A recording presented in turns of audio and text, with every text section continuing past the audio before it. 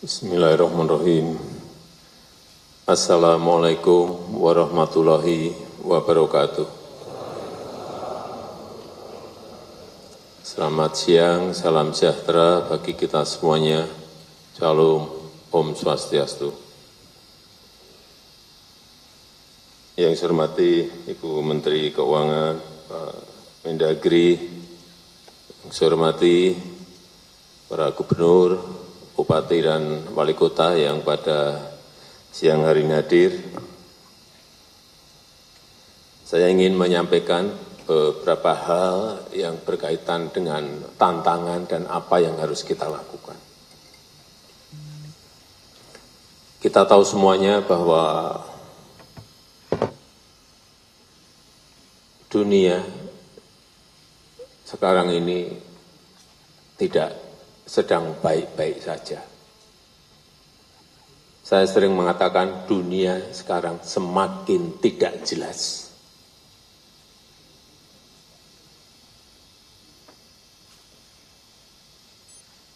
Ketidakpastian ekonomi global yang sulit dihitung. Bu Menteri Keuangan ini jam terbangnya sudah sampai kemana-mana. Tetapi mengkalkulasi, menghitung situasi ekonomi global ini betul-betul sekali tidak gampang dan sering unpredictable.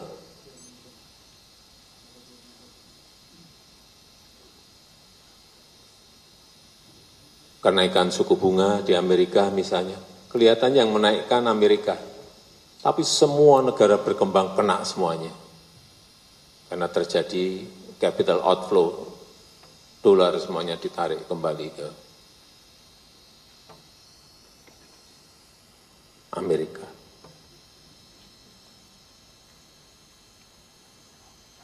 Yang pertama. Yang kedua, perubahan iklim. Dulu perubahan iklim banyak yang, nggak kelihatan barangnya. Sekarang sudah nyata kelihatan. Kekeringan di 7 provinsi dan beberapa negara yang akhirnya menurunkan produksi beras kita. Kita mau tutup dari impor, sekarang tidak semudah dulu mencari beras impor, tidak semudah dulu. 22 negara sudah stop dan mengurangi ekspornya. Karena mereka sendiri juga ingin menyelamatkan rakyatnya. Situasi seperti ini, Bapak Ibu semuanya harus ngerti, harus tahu bahwa dunia tidak sedang baik-baik saja.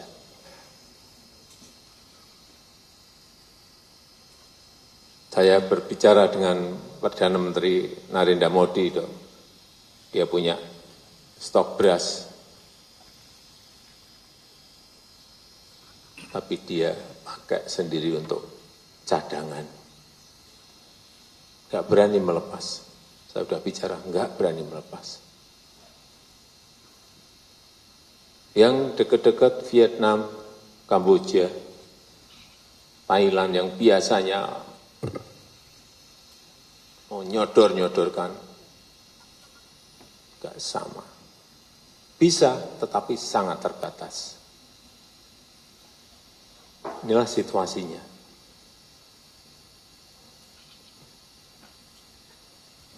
Kemudian, perang. Kita sudah pusing dengan yang namanya perang di Ukraina. Belum rampung. Belum jelas kapan selesai, tambah lagi perang Hamas Israel. Kelihatannya Ukraina jauh. Apa sih dampaknya ke Indonesia? Hati-hati. Waktu saya bertemu saat itu, tahun lalu bertemu dengan Presiden Zelensky, saya bicara 2,5 jam. Beliau menyampaikan, stok gandum di Ukraina 77 juta ton berhenti. 77 juta ton berhenti.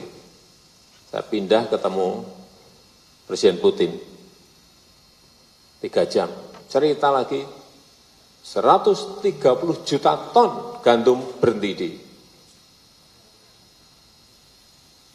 Rusia. Artinya, 2 negara saja 207 juta ton pangan berhenti di sana. Kita ini kan per tahun kan konsumsi kita 31 juta ton beras. Ini 207 juta ton berhenti di 2 negara itu. Akhirnya apa? Harga gandum naik tinggi sekali. Akhirnya banyak negara yang tidak bisa menjangkau harganya, kelaparan, kurang makan, termasuk di Eropa, hati-hati terjadi.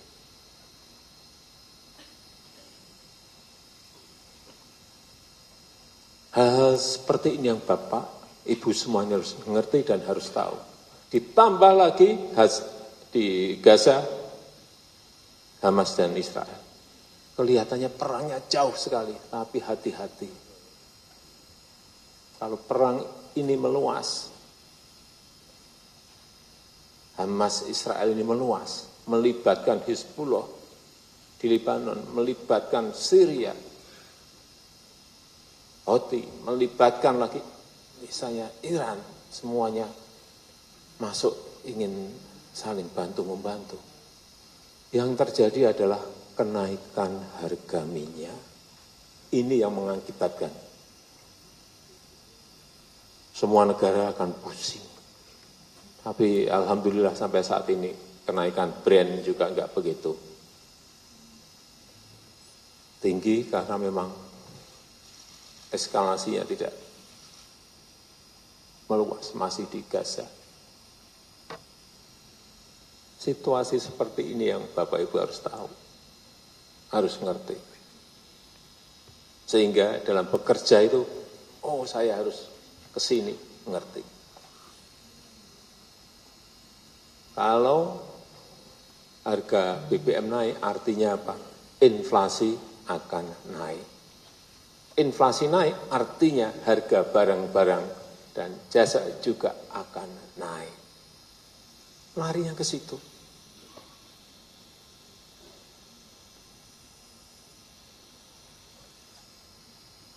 Kita sendiri, 7 provinsi kena super El Nino, produksi turun. Inilah yang harus semuanya waspada. Dan tidak menganggap situasinya biasa-biasa saja. Hati-hati, saya cek terakhir, beras sudah naik 19,8% year to date. Kalau month to date, 2,5% naik. Hati-hati, kalau pemerintah daerah memiliki kemampuan segera intervensi agar inflasi untuk bahan pangan ini tidak semakin naik, harus dihentikan kalau ada hal-hal seperti itu. Oleh sebab itu yang namanya lihat pasar itu penting. Lihat pasar, lihat stoknya di kabupaten, di kota, di provinsi, cek, lihat. Jangan terjebak rutinitas sehari-hari, administrasi sehari-hari. Yang penting-penting itu kita harus cek terlebih dahulu, ini beres baru ngerjain administrasi.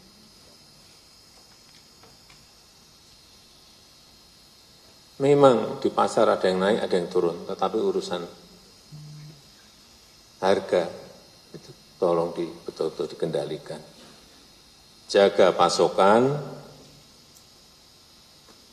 pantau harga, turun ke lapangan. Yang saya cek ini, karena saya selalu punya angka-angka, untuk provinsi inflasinya 1,1% sampai 3,5%. Masih baik. Kabupaten hati-hati, 1,1% sampai 5,2%. Nah, yang sudah sampai 5 sampai 4 ini hati-hati. Kota 1,1 sampai 4,2, yang di atas 4 hati-hati.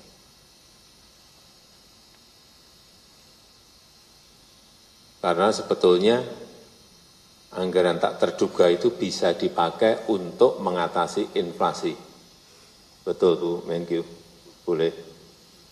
Pak Mendagri boleh, payung hukumnya ada. Payung hukumnya sudah ada.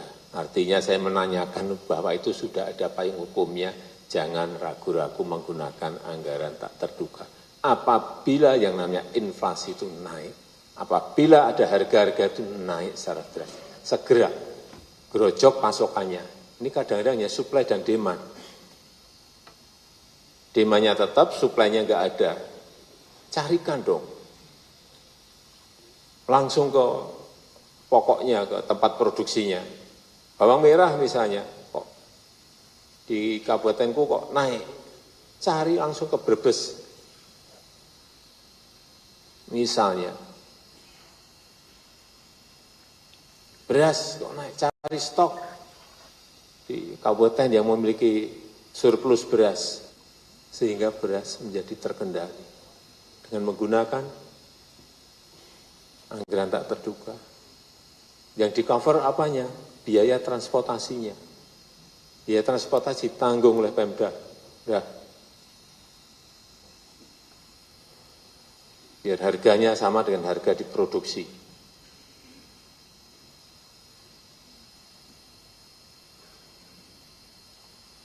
Kenapa saya berbicara seperti ini? Bapak Ibu semuanya saya tahu. Saya pilih karena Bapak Ibu semuanya berpengalaman di pemerintahan. Dan Bapak Ibu juga tidak memiliki beban politik. Ya kan? Jadi gubernur, jadi wali kota, jadi bupati, nggak keluar ongkos. Seperti yang kalau itu yang berlaga di pilkada dulu, di pilgub, di pilwakot, di pil bupati. Artinya tanpa beban politik. Oleh sebab itu, saya berharap pertimbangan teknokratik dalam membuat policy itu lebih enak harusnya.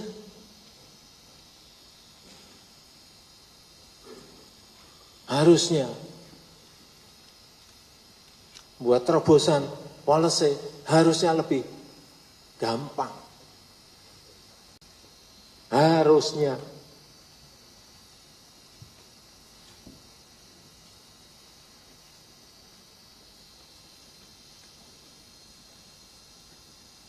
Bapak Ibu bisa menentukan prioritasnya di sebelah mana. Kerja itu prioritas harus jelas dong. Jangan rutinitas saja. Orientasinya orientasi hasil. Prosedur itu mengikuti, tapi orientasi hasil. Dan lakukan terobosan-terobosan. Kerja fokus saja udah urusan yang penting itu dengan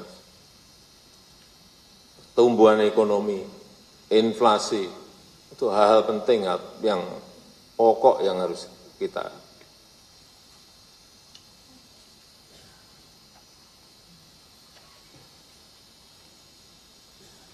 oleh sebab itu, sekali lagi, yang pertama, saya ulang lagi, kendalikan inflasi. Jaga stabilitas harga barang-barang kebutuhan pokok utamanya. Pantau harga real di pasar, turun ke lapangan. Jika ada masalah, lakukan intervensi, seperti tadi saya sampaikan, subsidi angkutan, bisa dilakukan. Yang kedua, urusan dampak super El Nino bagi penurunan produksi komoditas utamanya bahan pokok di daerah Bapak Ibu semuanya. Betul-betul harus dilihat. Meskipun ini sudah mulai hujan, tetap saya perlu sampaikan waspadai potensi kebakaran. masih kecil segera selesaikan. Kalau kira-kira diperkirakan tidak mampu menyelesaikan, segera sampaikan ke BNPB pusat. Hati-hati mengenai ini. Yang ketiga, yang namanya pertumbuhan ekonomi itu sangat dipengaruhi oleh yang namanya investasi, yang namanya iklim investasi. Bantu investor, utamanya dalam pelayanan perizinan. Jangan sampai urusan izin sampai berbulan-bulan. Izin itu supaya Bapak Ibu tahu, di Uni Emirat Arab, nggak ada 30 menit jadi. Selesai. Tidak ada 30 menit sudah selesai, sudah jadi. Dan itu saya alami. Itu sudah 23 tahun. Saya investasi di sana, saya datang ke kantor perekonomian, datang menyerahkan syarat, Bapak pergi ke gedung sebelah, ke notariat, saya ke sana, tanda tangan. Di sana suruh balik lagi, Bapak balik lagi ke meja yang tadi Bapak datang, saya datang, izin sudah diberikan. Saya bisa bangun pabrik, membuat kantor, membangun showroom, semuanya bisa, membangun gudang, semuanya bisa. Tidak ada 30 menit. Gimana kita mau bersaing kalau izin masih berbulan-bulan? Meja ini, meja ini, meja ini, meja ini, meja ini. Seperti itu yang Bapak Gubernur, Bapak Ibu Gubernur, Bapak Ibu Bupati, Wali Kota selesaikan. Karena investasi itu rebutan, semua negara sekarang ini rebutan. Dalam rangka apa? Pertumbuhan ekonomi negaranya. Rebutan, nah, sudah masuk ke sini kok malah kita buat ruwet. Kita yang membuat mereka bisa balik badan. Sederhanakan prosedur, fasilitasi, jaga tata kelola. Jangan ada pungutan. Karena ini juga akan membuka lapangan kerja. Kenapa direbutkan semua negara? Karena investasi itu membuka lapangan kerja.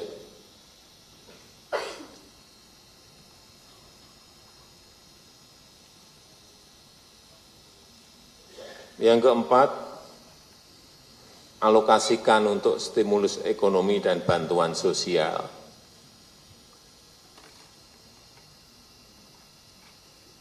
Kalau kondisi seperti ini, harga beras naik, Bapak Ibu semuanya keluarkan yang namanya bantuan sosial. Pasar murah. Seperti sekarang dilakukan oleh pemerintah pusat. Kalau ini pemerintah pusat memberikan bantuan 10 kilo beras per bulan. Sudah di April, Mei, Juni, tambah lagi September, Oktober, November. Dan kita putuskan lagi tambah Desember, sampai Desember 10 kilo 10. Pemerintah pusat memberikan itu. Pemerintah provinsi memberikan, mampunya berapa? 5 kilo, 5 kilo. Pemerintah kabupaten kota memberikan 5 kilo. Rampung. Kalau bareng-bareng seperti itu. Rakyat itu adem.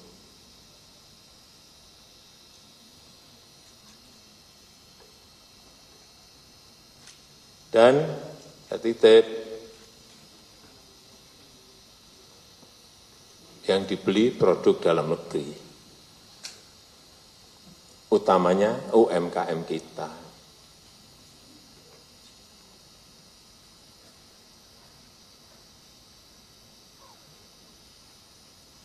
Yang kelima, dukung program prioritas pemerintah. Penurunan kemiskinan ekstrim, pemberantasan stunting, hilirisasi industri, berikan dukungan penuh pada program-program ini.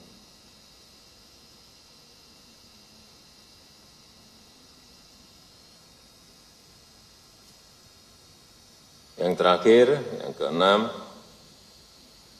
masuk ke tahun politik,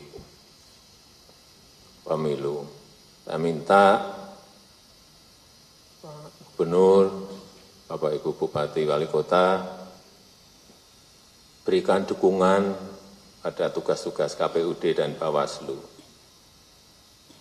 Tapi tidak mengintervensi apapun, membantu. Anggaran segera disegerakan. Dan juga saya minta jangan sampai memihak. Itu dilihat loh, hati-hati. Bapak Ibu dilihat. Mudah sekali kelihatan Bapak Ibu memihak atau enggak. Krik, udah. Dan juga pastikan ASN itu netral.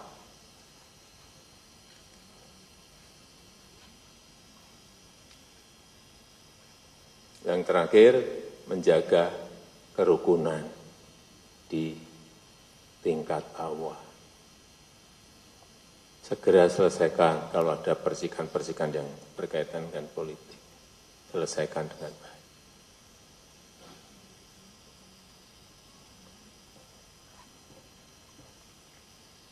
Saya akan terus mengikuti kerja dan tugas Bapak Ibu semuanya. Jika ada masalah segera sampaikan ke Mendagri. Atau kalau kelas berat langsung ke saya. Sehingga kita bisa bantu. Tapi kalau urusan-urusan yang kira-kira bisa diselesaikan sendiri, nggak usah dikit-dikit ke Mendagri, dikit-dikit ke pusat. Selesaikan sendiri. Dan saya merasa Bapak Ibu semuanya mampu menyelesaikan itu.